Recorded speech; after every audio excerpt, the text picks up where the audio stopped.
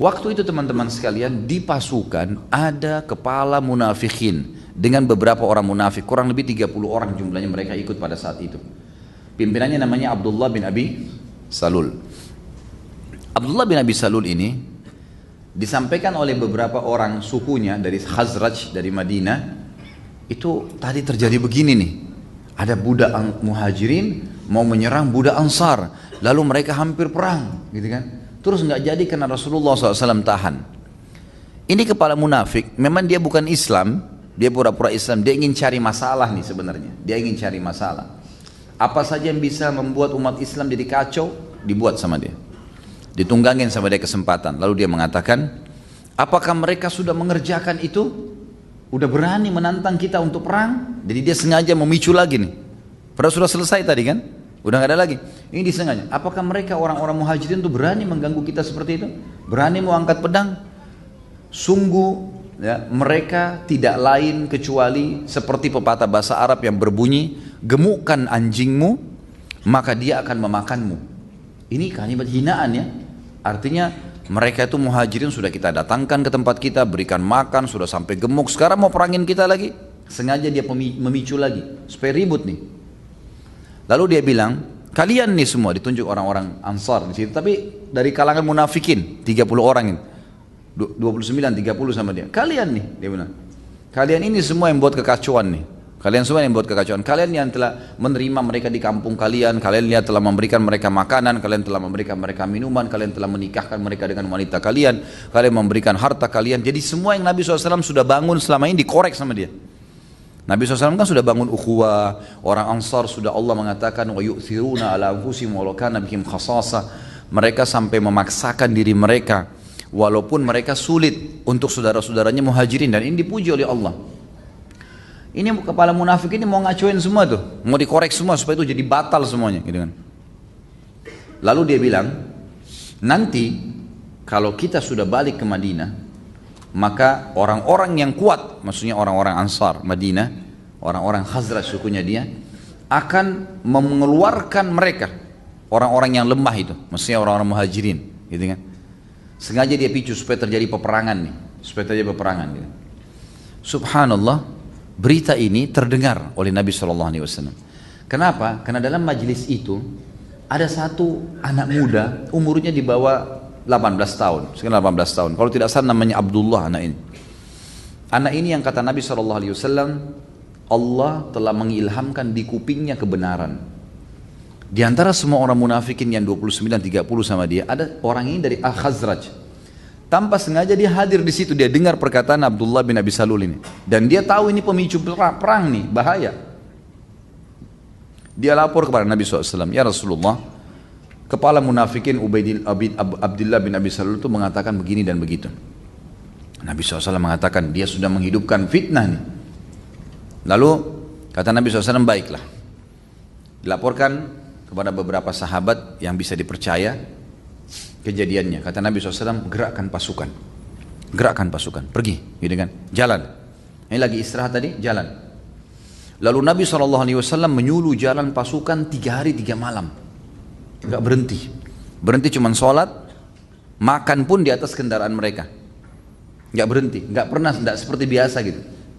Jalan dari malam itu kan pas malam, jalan dari malam itu sampai besok, sampai 3 hari 3 malam, enggak berhenti. Tujuannya Nabi SAW supaya fitnahnya Abdullah bin Abi Salul ini tidak nyebar di pasukan. Ini bahaya nih, bisa perang di tengah jalan. Nabi SAW ingin menyelesaikan masalah di Madinah. Sementara Aisyah sama Safwan juga jalan, gitu kan? Berarti ini istilahnya menginap, jalan juga, gitu kan? Sesuai dengan waktu itu. Pas tiba sebelum Madinah, istirahat pasukan. Nabi SAW menyuruh istirahat di hari ketiga. Karena capeknya sahabat semua pada tidur pada saat itu, tidur semua.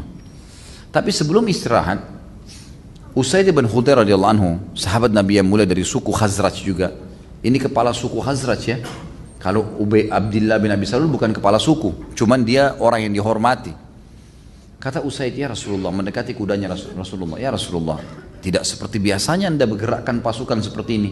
Malam-malam jalan, malam pun nggak boleh tidur di atas kendaraan mereka, di unta mereka, di kuda mereka. Pokoknya jalan terus. Nabi SAW yang suruh istirahat baru istirahat, setelah 3 hari baru istirahat. Kata Nabi SAW, wahai Usaid, apa kau tidak tahu apa yang dikatakan oleh Abdullah? Kata Usaid, tidak ya Rasulullah. Kata Nabi SAW, dia mengatakan begini dan begitu. Maka kata Usaid, ya Rasulullah, ini munafik, biarkan saya tebas lehernya. Kata Nabi SAW, jangan wahai Usaid, nanti orang-orang akan berkata Muhammad membunuh sahabat-sahabatnya. Jangan, biarin aja. Baiklah. Akhirnya istirahat pasukan setelah malam ketiga teman-teman sekalian. Besok pagi, pas terbit matahari di waktu duha, pasukan ini sudah dekat Madinah. Sudah 3 hari 3 malam perjalanan, sudah dekat Madinah. Waktu mau bergerak, jadi kan? Nabi SAW sempat menanyakan mana Aisyah. Biasanya Aisyah turun dari gerandahnya, kemudian membantu Nabi SAW, gitu kan? Dicari di gerandah nggak ada. Tersebar di pasukan, Aisyah tidak ada. Ini jangan sampai ada musuh yang ambil, terbunuh tengah jalan. Ini Ummul Mukminin, nggak ada nih. Dan memang selama 3 hari karena tidak berhenti pasukan, jadi tidak ketahuan kan gitu. Jadi kejadian dengan hikmah Allah terjadi begitu. Subhanallah, sementara lagi sibuk cari Aisyah, maka lewat Aisyah dari kejauhan di padang pasir lagi terang benderang, di atas untanya Safwan, dan Safwan pegang talinya. Sementara pasukan 3 hari tidak berhenti. Berarti ini sudah 3 hari dalam perjalanan. Si Abdullah ini nggak berhenti, ingin buat masalah nih, gitu kan? Ingin buat masalah. Namun sebelum Aisyah datang, ada kejadian juga di sini. Saya lupa tadi sampaikan. Anaknya Abdullah bin Abi Salul ini bernama Abdullah juga. Ayahnya Abdullah tapi munafik. Jadi saya istilahkan kalau dalam tulisan sirah saya itu, Abdullah munafik si ayah, Abdullah mukmin si anak. Karena anaknya mukmin, luar biasa, sahabat Nabi yang mulia nih. Ayahnya munafik, anaknya mukmin tulen, luar biasa. Abdullah ini si anak datang kepada Nabi SAW mengatakan, ya Rasulullah, telah sampai ke kuping saya berita tentang ayah saya. Maka ya Rasulullah, izinkan saya membunuhnya. Jangan suruh orang lain. Karena Anda yang mulia, dia yang terhina. Karena kan dia sempat bilang kan, si Abdullah bin Abi Salul ini bilang, kalau kami tiba di Madinah, yang mulia kita ini akan mengeluarkan muhajirin. Tahu nggak muhajirin siapa termasuk dalamnya? Nabi Muhammad SAW. Kan Nabi Muhammad dari Mekah kan? Berarti semuanya, ya Nabi Muhammadnya, ya sahabatnya semua kita usir. Gitu loh. Anaknya ini dengar, anaknya munafikin. Lalu dia mengatakan, ya Rasulullah, izinkan saya membunuh ayah saya. Karena Anda yang mulia, dia yang terhina. Kalimat yang mulia dia katakan. Lalu dia mengatakan, dan ya Rasulullah, kalau Anda izinkan orang lain membunuh ayah saya, maka saya anak. Orang-orang Khazraj, suku kami di Madinah, tahu betul bagaimana bakti saya sama ayah saya. Saya tahu dia munafik, tapi saya menjalankan bakti saya sebagaimana perintah Anda. Tidak ada orang Khazraj yang lebih bakti kepada orang tuanya dibandingkan saya. Kalau saya tahu ada orang lain yang membunuhnya, lalu saya terbawa dengan emosi sebagai anak, saya lalu membunuhnya, lalu saya masuk neraka gara-gara membunuh seorang mukmin. Maka biar saya membunuhnya. Kata Nabi SAW, sudahlah Abdullah, biarin aja, kita tidak membunuh ayah kamu. Biarkan saja, nanti kita akan berbuat baik, kita akan nasihatin coba, gitu kan? Seperti itu kata Nabi SAW. Rupanya Abdullah ini tidak tenang. Pasukan mulai bergerak nih. Kita lupakan dulu tadi kasus Aisyah datang ya. Pasukan mulai bergerak dulu. Waktu pasukan bergerak, mulai Nabi SAW suruh bergerak. Tiba-tiba Abdullah ini si anaknya munafik ini yang mukmin pergi ke depan pasukan, henuskan pedangnya di atas kudanya, lalu dia henuskan seperti orang lagi tunggu musuh. Lewat Nabi SAW dibiarkan, lewat sahabat-sahabat dibiarkan, terus dia lakukan dibiarkan, sampai tiba ayahnya. Waktu tiba ayahnya si Abdullah munafik ini, Abdullah anaknya langsung taruh pedang di lehernya. Lalu ayahnya tahu, anaknya ini bakti sekali. Kata ayahnya, ada apa wahai anakku? Kata dia, saya demi Allah akan membunuhmu karena kau yang terhina Rasulullah SAW yang mulia. Perkataanmu terbalik. Kamu kan mengatakan Rasulullah terhina, akan dikeluarkan dari Madinah. Kamu yang terhina dan dia yang mulia. Kata ayahnya pikir anaknya bercanda. Sudahlah, ya. Ayahmu mengucapkan itu demi untuk kemuliaan. Lalu dia mau pindahkan pedangnya. Abdullah anaknya sengaja malah digoresin di lehernya, gitu kan. Dia tahu anaknya serius nih. Demi Allah kata Abdullah si anak, kalau kau bergerak selangkah saya akan tebas lehermu. Saya tidak peduli. Dan ini si Abdullah munafik tahu anaknya ini Abdullah rupanya yang mukmin ini ahli pedang, memang ahli perang, gitu kan? Memang dilatih untuk militer, memang luar biasa dia. Maka si ayah waktu lihat anaknya serius, dia tidak berani bergerak. Kata anaknya, demi Allah saya tidak akan lepaskan pedang ini dan mengizinkan kau masuk Madinah sampai Rasulullah SAW mengizinkan kau. Pasukan jadi berhenti gara-gara itu. Sampai berita kepada Nabi SAW, gitu kan? Ya Rasulullah, si Abdullah buat begini pada ayahnya nih. Kata Nabi SAW, sampaikan kepada Abdullah agar dia mengizinkan ayahnya masuk Madinah. Baiklah.